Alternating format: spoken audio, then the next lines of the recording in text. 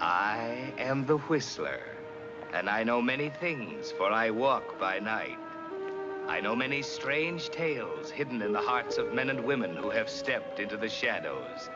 Yes, I know the nameless terrors of which they dare not speak. It is Edward Stillwell who walks alone. He is a kindly, unimportant little man, the type you pass on the street without noticing. Tonight, however, something will happen to him that changes everything. Something to make his life important and exciting and dangerous.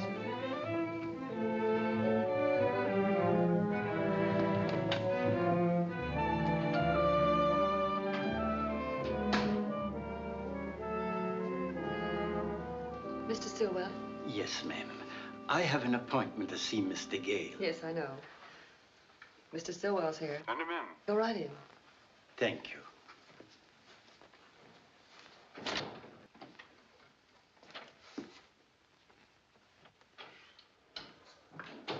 Mr. Stillwell?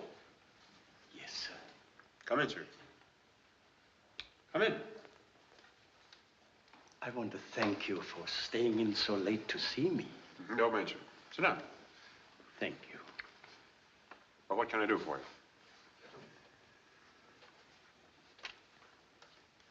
I want to know how much it would cost to have a young lady traced. Well, that I can't say offhand. When she disappeared, who is she? Her name is Laura Lund. It's 7 years now since I saw her. That was when her mother died. Laura was 14 then. 7 years is a long time. Might cost a lot of money to find her. Are you a professional or businessman, Mr. Stillwell? I have a store at 2319 McCall Street. A music store. Phonographs, new and second-hand. Radios. Where do you live? I beg your pardon? I say, where do you live? 2319 McCall Street. Same address as the store. Yes, I have an apartment in the back. Laura and her mother live somewhere in the neighborhood, too. I know that because I'd see Laura playing along the block and see her mother coming home from work. The husband had been dead a good many years. He was a violinist. You can't even give me an address to start from? Just the neighborhood. Uh-huh. What is a girl like at 14? Oh, she was just a little girl. I would see lots of them playing along the block, and Laura Lund was no different than the others, except she was thin and had long blonde curls and big blue eyes. Was she tall or short, 14, or just average? She was going to be tall, I think. What happened to her after her mother died? Relatives take her? Was she put into an institution or what? I don't know. Well, if she's alive, she can be found. But it'll take money. I got $100. $100. Can't you dig deeper? Isn't there any way you can raise money? Maybe you're not very interested in locating her. I can mortgage my business for a few hundred. I wouldn't do that to you. Why, $100 a go like that, we'd be no nearer to her. Would it make any difference if I tell you, if you find a Laura Lund, she will pay you any sum? Thousands. Yes, tens of thousands for bringing us together. What makes you think so? Nothing I am at liberty to discuss. Let me tell you one thing. The success of this office depends upon the mutual trust between my clients and myself. Oh, I'm sorry. I may not be the greatest detective in the world, but I am the most unusual. Now, if you want to put your confidence in me, I'll find a Laura. All I can tell you is this. If you find a Laura Lund, it's possible she will make you a wealthy man. Well, suppose I see what I can do with this. In the meantime, have you tried to locate her? Oh, yes. I put an ad in the newspapers, in the personal column. Uh-huh. If anyone tries to answer that ad, I want you to get in touch with me night or day, will you? Oh, yes, sure. And I'll let you know when I have anything to report. Thank you. Good evening.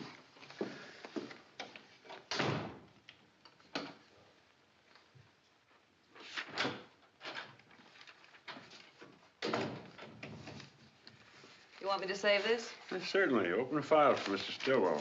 Are you really going to look for that girl? Of course I am. And tomorrow I'm going to find her. 3 days have passed, and Stillwell has had no word from the private detective he engaged. He has almost given up hope that he will ever find Elora Lund. But tonight, his long search is coming to an end.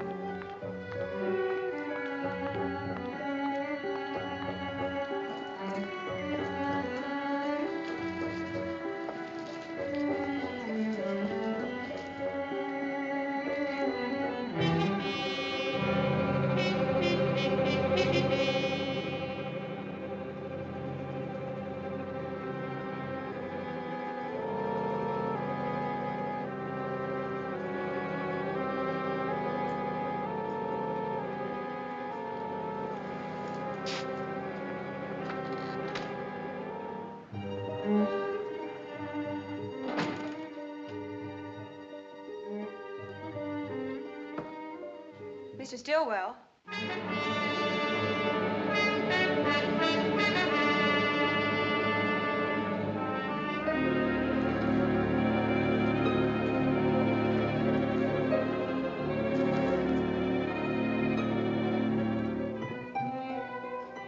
Mr. Stillwell.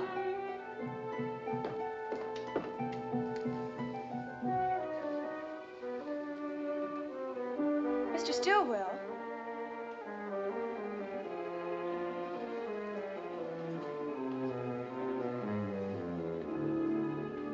Daddy Stillwell.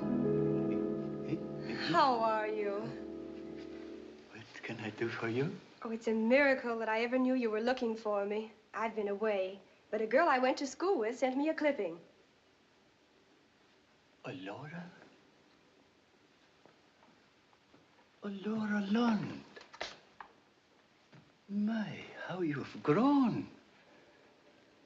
But you're just like I pictured you. And you're just like I remembered you. You haven't changed a bit. 7 years don't make much difference at my age. Oh, but come, Elora, here. Sit down. Dear. Now, come, tell me. What have you been doing? And why didn't you come to see me? I was afraid they'd put me in an orphanage. So I took what little money there was in the house and ran away. I suppose you are wondering why I advertised for you. Of course I am. But even if you only wanted to talk to me, I'm glad you did. I guess I was too young to appreciate everything, but I'll never forget what a friend you were to Mother and me. Do you remember those odds and ends your mother used to bring to me to sell for her? I brought some myself when she was ill. Well, I never sold them. I thought perhaps if your mother got well, she would like to buy them back. They were heirlooms, things she brought from Sweden. Would you like me to buy them back now? Is that why you wanted to find me? Oh, no, no, no.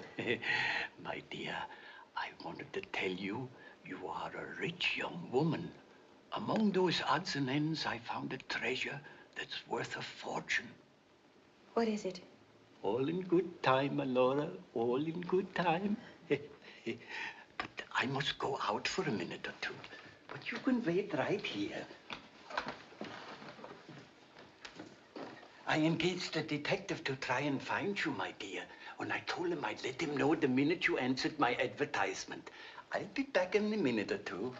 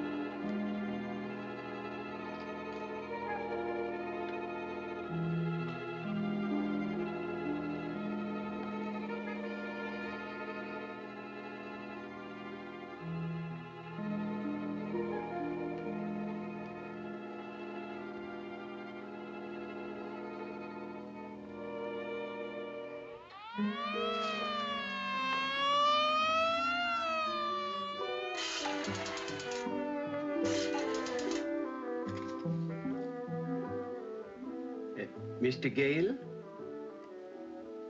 This is Mr. Stillwell. Oh, hello, Miss Stillwell. Oh, she is? And I'm sure she's a Laura Lund.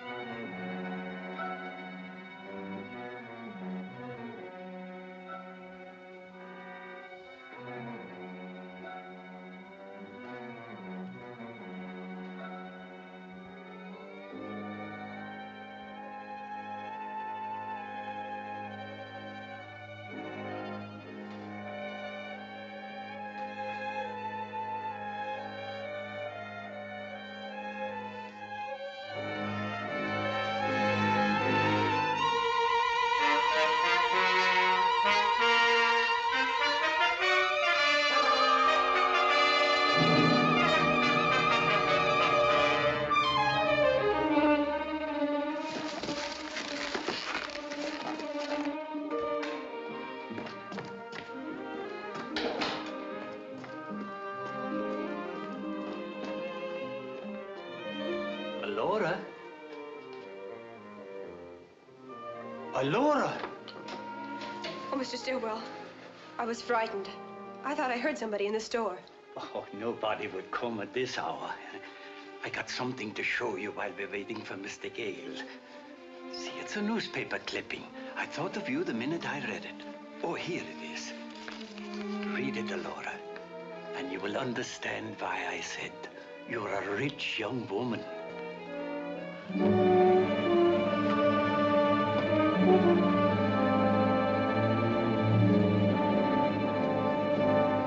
Yes.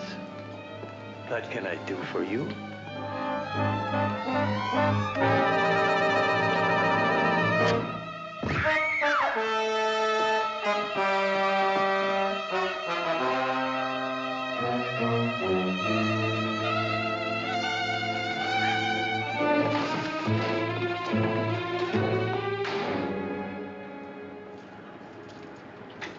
What happened, Mr. Gale? Wait a minute.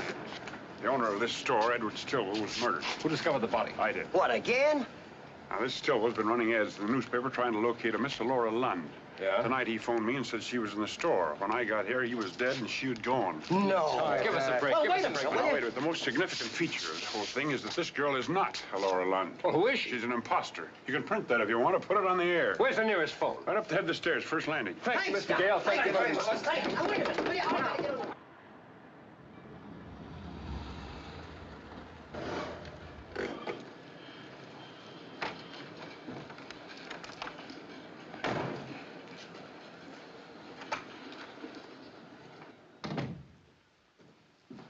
Just a minute. Oh, Dr. Gale from Miss Hanson? Oh.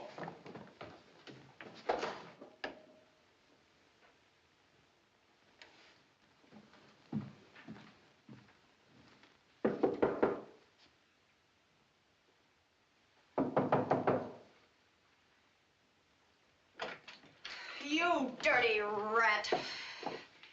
You've got your nerve to come here. Why, what have I done? You said it would be easy. There was no danger.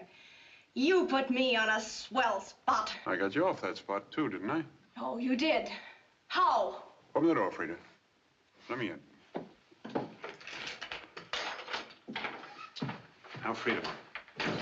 Look, Frida. I knew that someone was holding you because they thought you were a Laura Lund.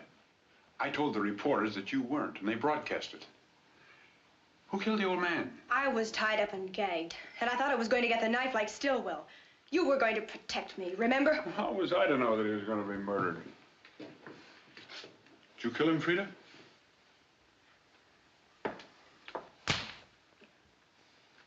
Well, unless you got a pretty good story, the police will believe that you killed him. You'll have to keep me clear of the police. You got me into this. I know I did, my dear, but I wasn't present when he was murdered, and you were. I paid you $100 to try and find out why he was so anxious to locate Laura Lund. Now, Stillwell was alive for some time after you got there. What did he talk about? About the girl's mother. She sold him a lot of junk she'd brought from the old country. And among that junk, there was something very valuable.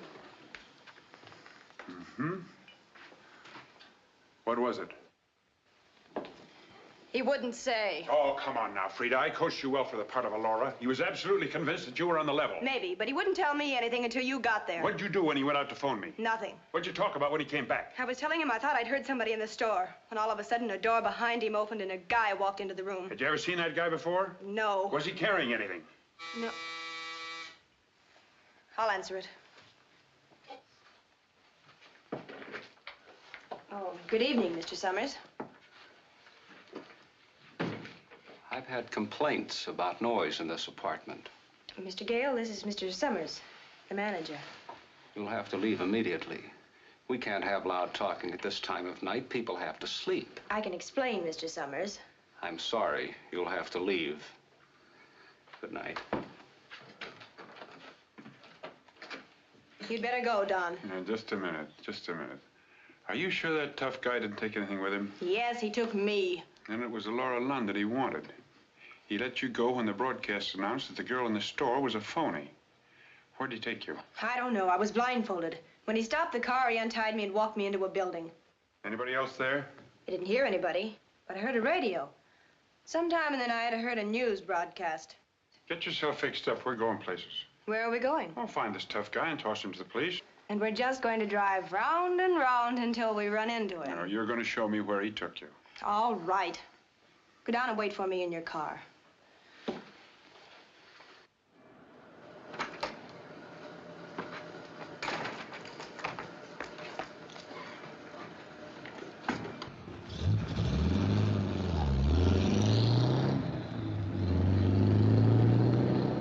This is the maddest thing I ever heard of, even coming from you. I haven't the faintest idea where he took me. I know your eyes were covered, but you still had other senses. You could smell and hear and feel. Did you hear anything in that building besides the radio? I heard a railroad engine. Oh, that's something. Did you smell any industrial fumes around there? When we got out of the car, I smelled chocolate. Well, the Milton Candy Company's at the foot of Dow Street. What is the street like? Smooth or bumpy? It was bumpy, like cobbles. Well, that could put us on Macy Street behind the Milton Candy Company. What happened after that? We drove a little way along an unpaved road.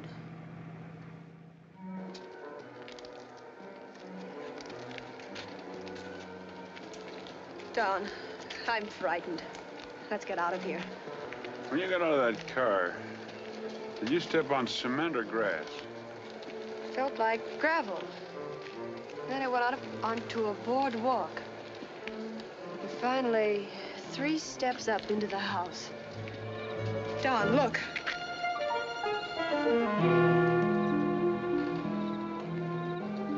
This must be the place. Let's get out of here. You go back and wait. Don't do it, Don. There's a killer in there. I don't see any car around. I don't think anybody's in there. I'm going to find out. Crazy fool. You go back and wait.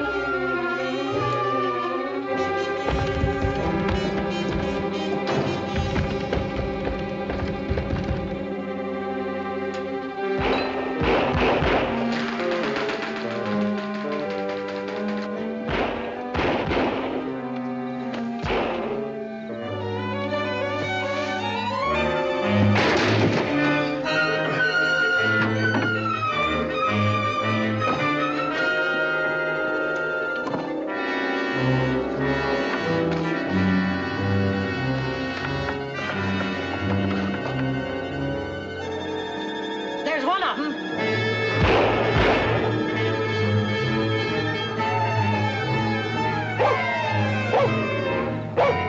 There you go, stop!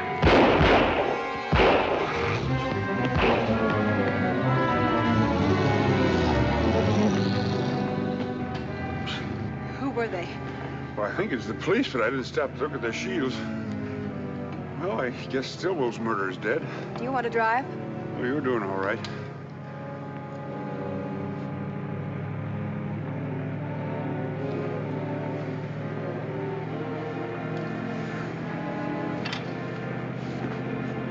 Did you lose the shoe? I'm afraid so.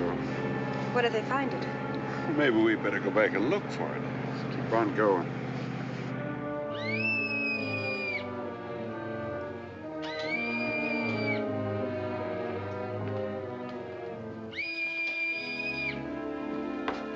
Yeah? It's Taggart and Burns. I want to see you. Oh, come on up.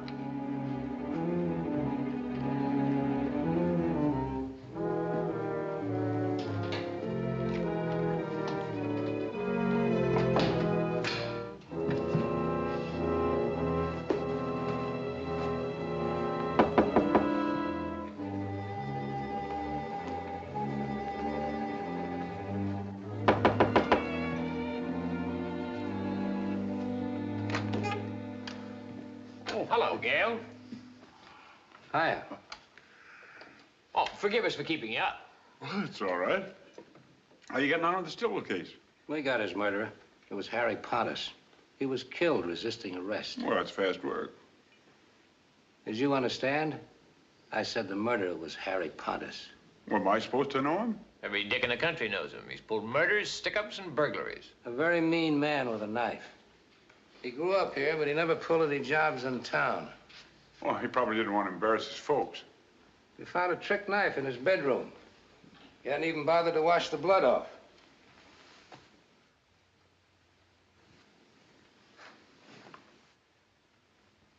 The medical examiner says it just fits the wound in Stillwell's back. Lots of fingerprints on it, too. Well, you fellows can write finish to that one. Yeah, but it'd look better in the record if we had a motive. Maybe we get a motive from the woman in Stillwell's store, or from the fellow that jumped out of Pontus' window. Yeah, there's a funny thing about that. I saw him when he was going over the fence. He looked just like you. Same size, same build. Even his feet looked about the same size as yours. How'd you happen to suspect Pontus? We got a phone tip. Any idea who gave it to us? A woman. A woman with a cultured voice who refused to reveal her identity. Yes, it usually is. But this time it was a man. You don't have any ideas about that guy who went through the window, do you? Certainly not.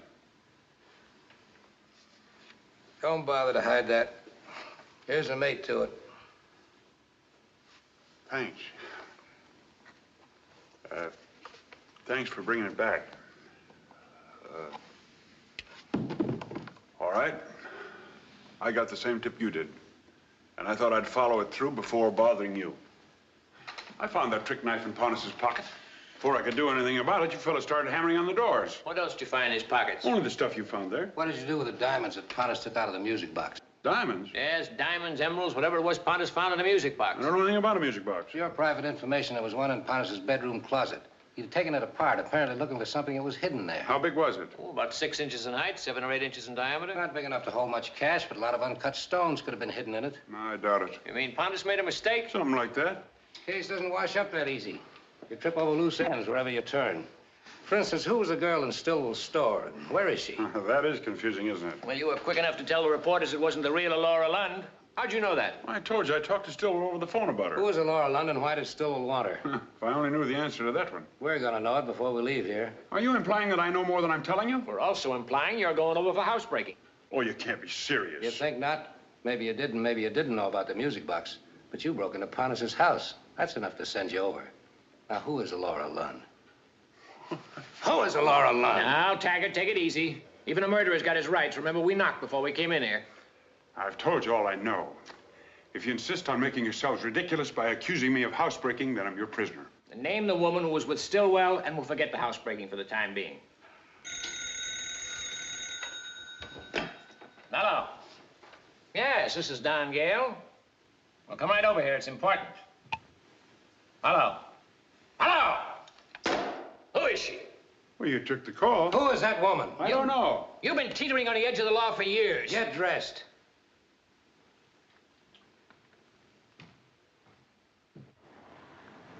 Unaware of the search that is being made for her, the real Elora Lund is recovering from the effects of an accident in the quiet of a sanitarium.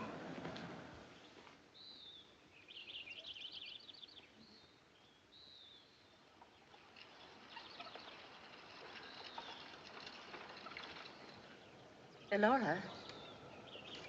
Elora, Oh, yes. do you know a man named Stillwell? Well, yes, I knew him when I was a child. What about him? He was murdered last night, and somebody using your name was in his store at the time. Nurse! Nurse! She came to us a month ago to recuperate from injuries incurred in an auto accident. Is she able to walk? Yes, she plans to leave in a day or two. Then she was physically able to have gone into town last night. But she didn't. I saw her in the dining room between 7 and 8. Later, we ran a movie in the auditorium. She was there until 10 o'clock. Oh, hello, Miss Lund. Hello. Come in. This is Detective Taggart and Detective Burns. How do you do? Sit down, Miss Lund. Why was Stillwell advertising for you? Well, I don't know. I must have had some reason for wanting you to get in touch with him. Do you think he wanted to make you his heir? As I remember him, he was just a kindly old man. He wasn't the type to accumulate a lot of money. Do you think the young woman who impersonated you last night could have been one of those children you used to play with? No, he would have recognized her. Perhaps some adventurers came across the ad and thought she saw an opportunity. No, that kind of a person wouldn't have fooled Stillwell for a moment. She'd have had to resemble Miss Lund and answer the questions that Stillwell would naturally ask. That imposter is the key to the whole case. It must be someone who knows a lot about you. I don't know who it could be. I'd only be too glad to help if I could. If you really want to cooperate with us, Miss Lund, you can. You probably read in the newspapers that we're holding a private detective that Stillwell engaged. Yes, I did. We think he sent that imposter to Stillwell. Stillwell would have described you to Gale as well as he could. He'd also have given him a lot of information about you. We haven't got any proof that Gale sent the girl to Stillwell. We don't want to be unfair to him. He may be absolutely honest. That's what you can find out for us, if you will. But I don't know what I can do. We'd like you to come back to town with us and see Gale. Well, is it all right for me to leave, Dr. Connell? Well, yes, if you wish. Good. We'll have Gale released. Then we want you to call at his office. Take some identification and tell him you want to know why Stillwell was advertising for you. I'll be ready in a minute.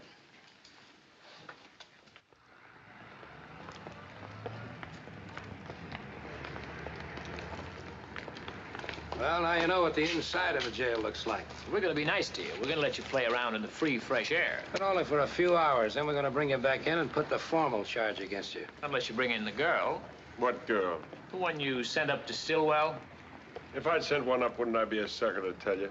Maybe that's where you made your slip. So long, Gale. We'll be seeing you.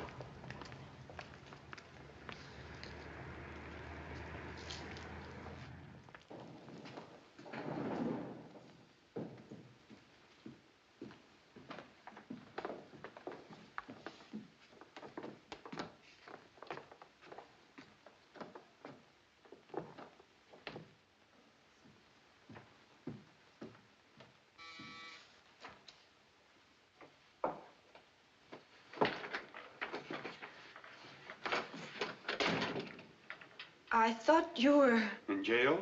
I was, but they let me out to get you. You're kidding, Don. You didn't tell him about me. And why not? You tried to murder me last night. You're crazy. I warned you not to go in that house. I told you he was dangerous. You did everything but tell me he was Pontus. And then to make doubly sure that I'd be burned down, you phoned the police. I waited for you outside in the car. I was there when you ran out, wasn't I? And I drove you away. You didn't wait outside Pontus's house. You drove 4/10 of a mile to a phone and 4/10 of a mile back. Don, I looked at the speedometer. Poor Frida, you never thought you'd have to face me after pulling that one. Did the police say a woman phoned? No, it was a man. Your boyfriend. You phoned him and he phoned the police. You're right, Don. But I only did it to help you. I knew he was a killer. You must believe me. I was scared you'd get killed in there. That's why I phoned. No, Frida. Your boyfriend phoned the police that Pontus was in there so they'd go in shooting and burn down anyone they saw. It was a neat little plot to get rid of me. You don't believe anything I say, so go ahead and tell the police about me.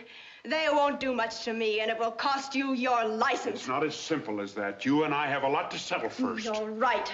We have something to settle. You lied to me, pitched me into a murder. I'll talk. You're hurting me, Don. You thought there was money waiting for Laura Lund, and you thought you could put yourself over as a Laura long enough to get that money. But you had to find some way to get me out of the picture. No. You're all wrong. You're only guessing. Why would I double-cross you? There'd be no point in having Stillwell killed unless you knew what it was all about. So we can start from there. And remember, you're talking for your life. All right. There is money in it. $200,000. Think of it. $100,000 each. So now we're partners. Why didn't you offer to cut me in last night? I figured I was entitled to anything I could get for what I went through last night. What you went through? All right, I'm greedy.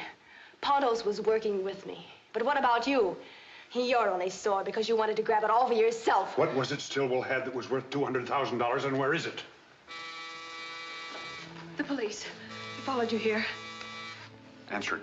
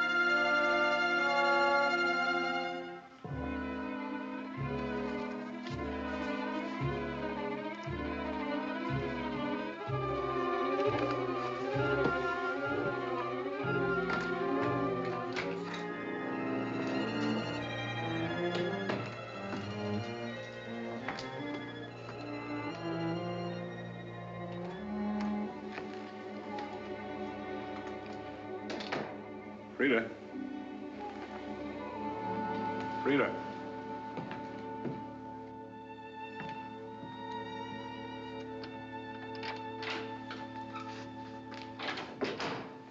She's here. Frida? No, Laura Lund, the real one. I put her in your office because this place has been like a squad room at headquarters. Good girl. Now, if anyone comes in here even smelling of the police station, give me a couple of buzzes. Don. Hey, what's the matter with you? You afraid you're not working for a respectable firm just because I spent the night in jail? That's happened before. Well, then what is it? It's Laura Lund. She's a sweet kid and she's been sick, and I'm not going to stand by and see her robbed. When have I ever robbed a client? Whenever you've had an opportunity.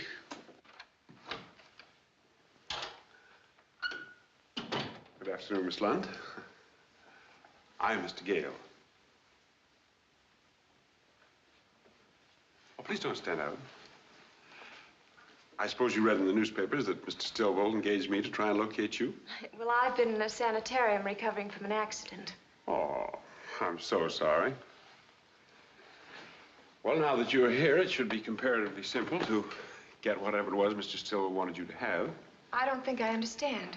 Well, we go to the police and prove your identity, make a formal claim for your property. But I haven't any idea why Mr. Stillwell was advertising for me. You haven't? No. Was your family related in any way to Jenny Lind? No, not that I ever heard of. I want you to think very carefully before you answer this. Did your mother ever sell Mr. Stillwell any old wax records? Yes. What were they? Borvisa and In Summertime. Jenny Lind sang them. What condition were they in the last time you saw them? Well, I don't know. I never saw them, but Mother told me about them. They were in a little square trunk with some old music boxes. Jenny Lind died in 1887. How did they come in your mother's possession? Jenny Lind made them for my great-grandfather, but he never went into commercial production. Stillwell wanted you to have them. He told me as much. And I feel confident that the records are somewhere in that store. Well, then the police can find them. Well, while you and I know the records are rightfully yours, we can't prove it. And no matter how much the police might want to help you, they can't turn over to you anything that they can find in the store. The records do really belong to me, don't they? Of course they do. When And I'm going to get them for you. And what's more, I'm going to turn Stillwell's murderer over to justice. Is what you're going to do legal? Well, turning a murderer over to justice is certainly legal. Won't it be dangerous? Well, not for you, it won't. Of course, I expect to be paid for any risks that I take. Shall we say that I am to receive 1/4 of whatever the records bring? Really, Miss Lund, That's only fair. Fine. Where are you stopping? At the Gordon Hotel. I don't want the police to see you until this is all over. I'm going to take you to the home of a woman I know. A very nice woman. And you'll be out of sight there. Now, some of my clients like to leave this way unnoticed.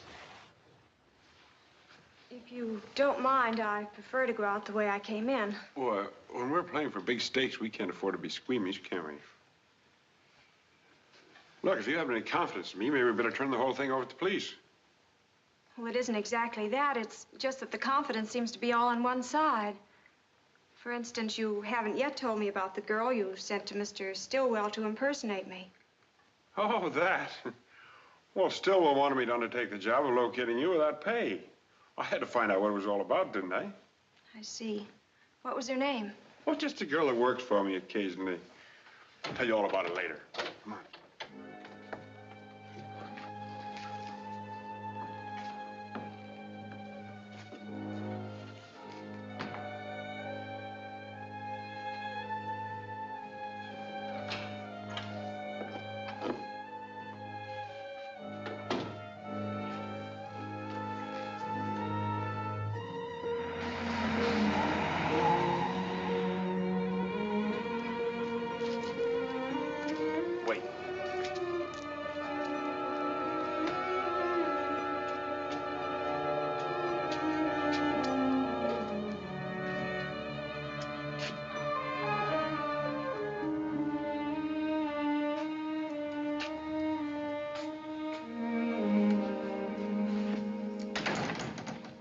I'd like to have you meet Miss Lund. I'm always pleased to meet any friend of Don's. Miss Lund is a client of mine. She'd like to keep out of sight for the rest of the day. Come along. Just make yourself perfectly at home. No one will bother you here, dearie. Rose. I don't want her to use the phone, and I don't want her to leave. You expect me to use force if she tries to get away? I expect you to use your head.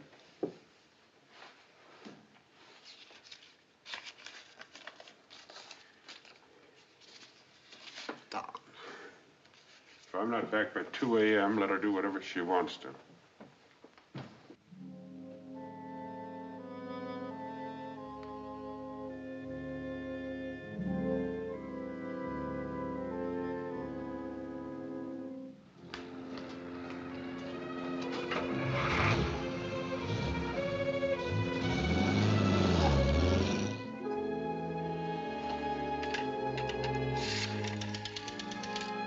Get me, please.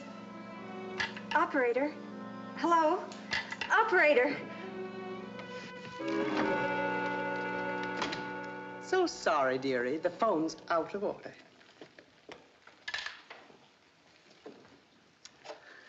They're supposed to fix it today. It sounded all right when I dialed, and then it went dead. Sit down, dearie. Sit down. Take your weight off your feet. I don't know anything about telephones. I never was one for anything mechanical. I don't like the nasty things. They get on my nerves, ringing all night. Do you have any other lodgers? Not for the moment.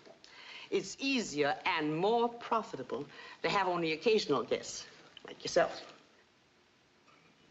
Then the others only stay a couple of hours like I'm doing. Oh, my, no. They stay for days, even weeks sometimes. Have a little drink? No, thank you. I'd like to waste it, you know.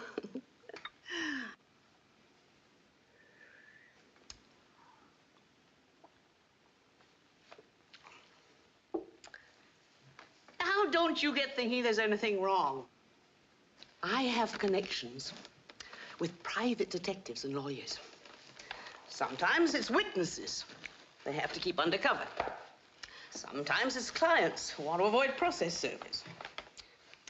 Sometimes it's a gentleman who's behind in his alimony.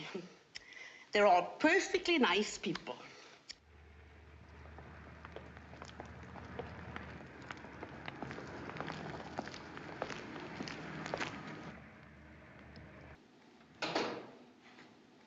Good afternoon, sir. Mr. Brown? Yes? I'm Don Gale, Mr. Stillwell's friend. You knew him well, didn't you? Indeed, yes.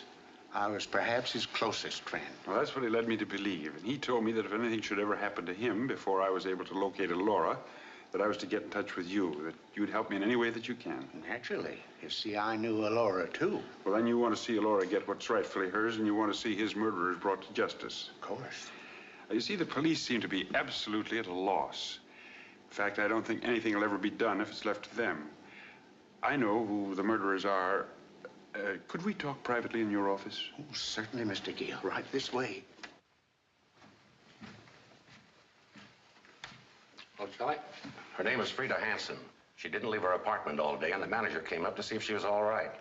He found her body in a closet. She was strangled with a piece of strong cord.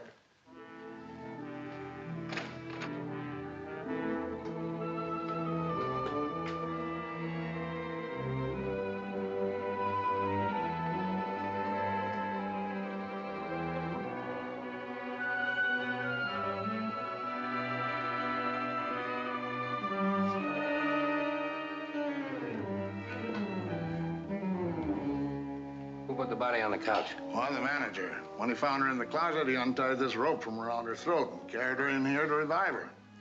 I figured he was about 6 hours too late. The medical examiner will tell us when she died. Where's the manager now? One downstairs. Go get him.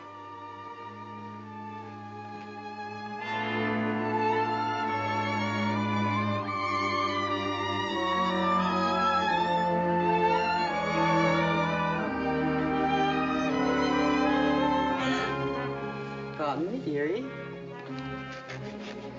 Say, can't we get out of here for a while? Mr. Gale doesn't want you to leave the house. I mean, I'm a prisoner. Don't be absurd. You wanted to come here, didn't you? Aren't you going to answer the door? No. We're not receiving tonight. But it might be Mr. Gale. Oh, no, he won't be here until after midnight. Well, I don't know when he'll be here, but if you don't answer the door, I will. Very well. But I know it's not Mr. Gale.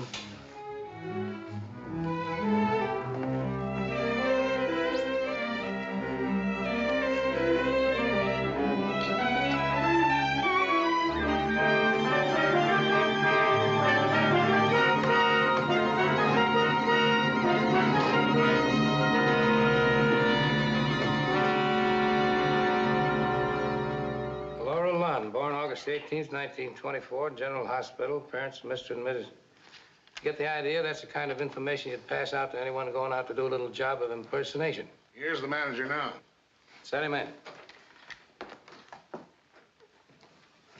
I'm James Summers, gentlemen. I hope I didn't do wrong in moving the body, but Miss Gordon from next door was with me. We thought Miss Hansen might be still alive. That was a natural thing to do. Where was Frida Hansen employed?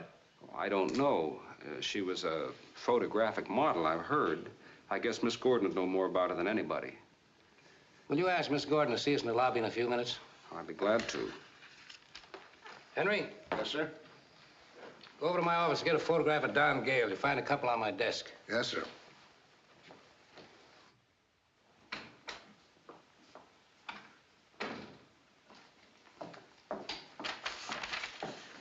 I want to see Mr. Taggart or Mr. Burns.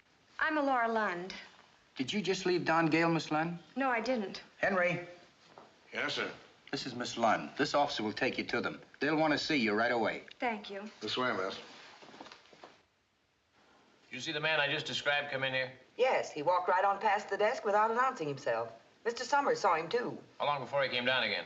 Well, about 20 minutes. Miss Lund came to headquarters looking for you. Mr. Taggart, One moment, Miss Lund.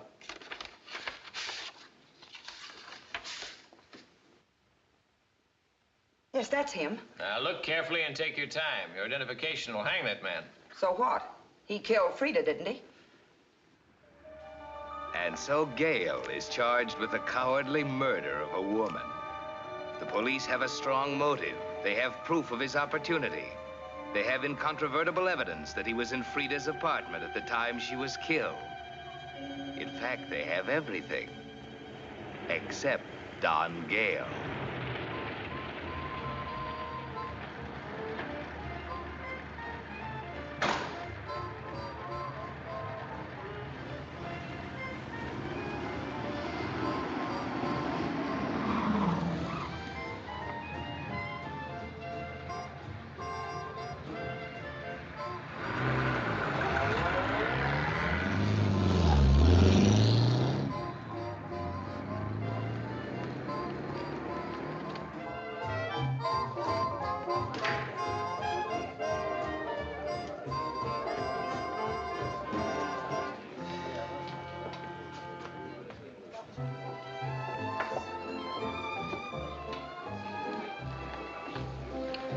Jimmy, pour Joan a drink. Right away, sir. I don't want anything, Jimmy. Are you out of your mind or just drunk? I've been looking everywhere for you. I hardly expected to find you in a bar. Why not? They found Frida's body. I said they found Frida's body. What are you talking about? The police know that you're at her place, and they're looking for you. I came to warn you, that's all I can do for you. It's more than I should. Before you go, tell me, am I supposed to have murdered Frida? Please, Don, don't touch me. Don't even talk to me. People are watching us. You can set your little mind at rest. I disliked Frida, but not enough to kill her. They have proof that you were at her apartment at the time she was murdered. If you didn't kill her, who did? I don't know. Someone came to the door, but I didn't see who it was. Good night, Jimmy. Come back soon. Don, you gonna give yourself up? Not right away. You won't last 5 minutes on the street. Every police car in town is looking for you. And I'll be looking for every police car in town. That'll make us even. Why don't you go to them and tell them everything you know? That's what any innocent man would do. Yeah, well, I'm not any innocent man. Have a look around outside.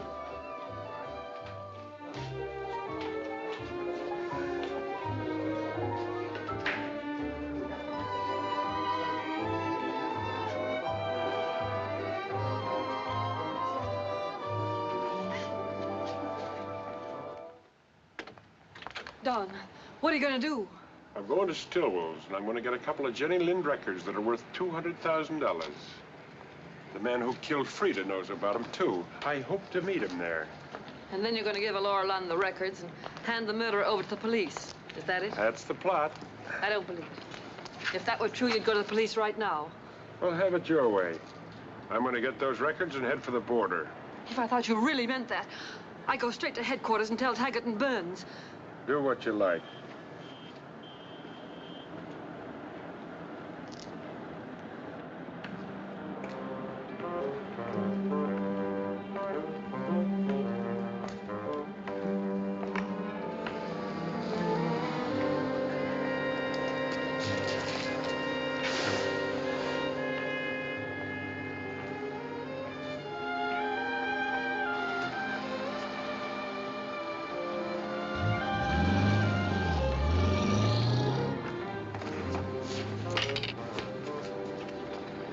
You all right? Yeah. make it up those stairs? Yeah.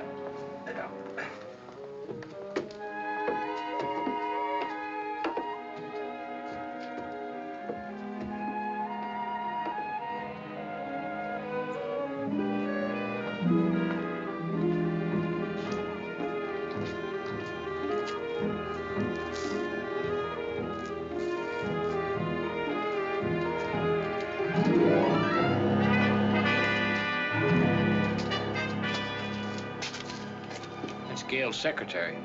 She's going back to tell him the coast is clear.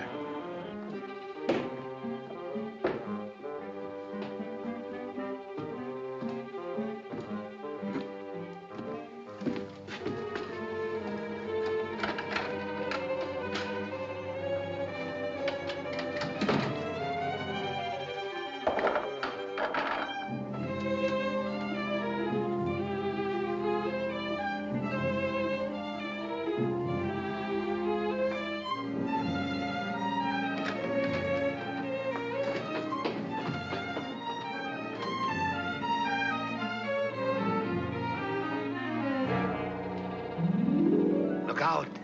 Brown has been murdered. And if the police catch you here, they'll pin this one on you, too.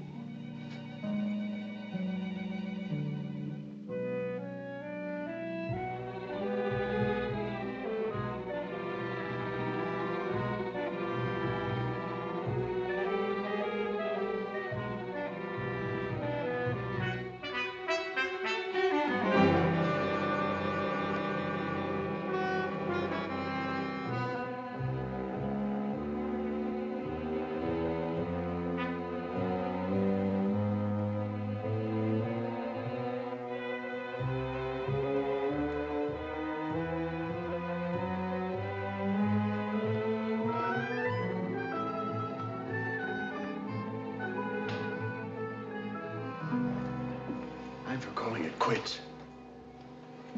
Perhaps you're right. I've had all I want of this. The cops are liable to be here any minute. Maybe it's all a pipe dream. We've looked every place. Well, haven't we?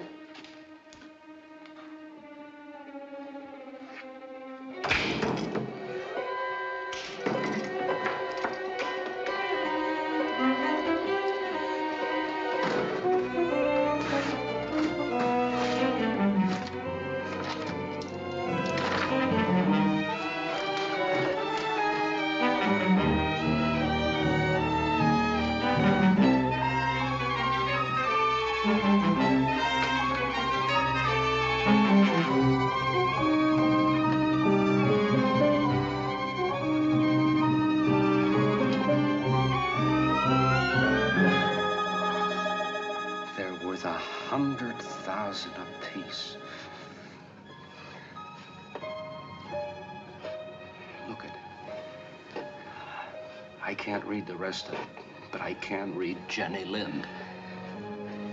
And I said it was all a pipe dream. We better get out of here. Come on.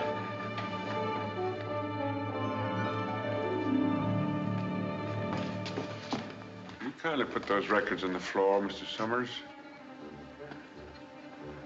I guess it's time for us all to be reasonable. We'll declare you in, Mr. Gale. I'm not interested. Pontus was one of your partners, and Frida the other.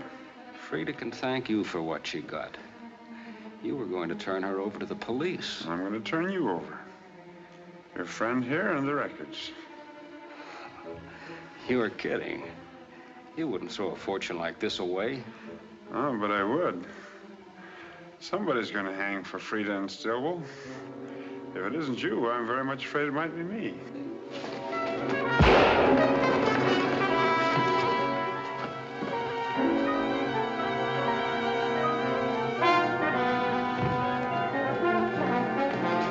Stop!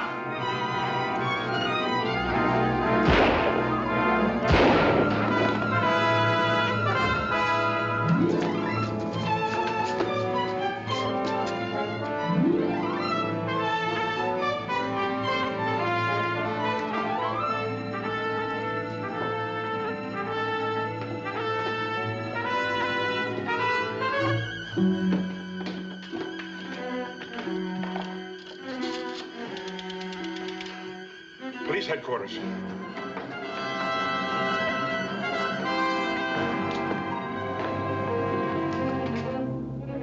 This is Don Gale. Get in touch with Taggart and Burns and tell him I'm at Brown's Brass Shop. I've got Frida Hansen's murderer and the Jenny Lind records that caused all the trouble.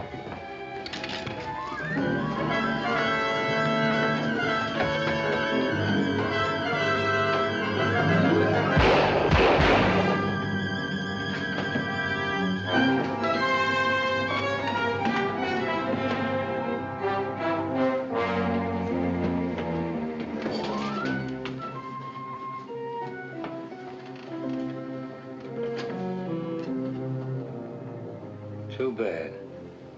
One of the bullets went right through the box before it hit him.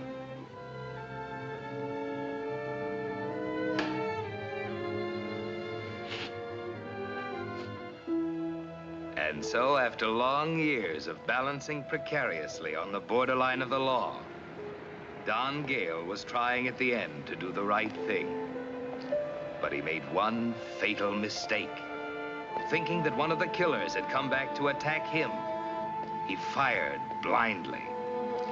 Taggart and Burns will never know that Gale's shots were not meant for them.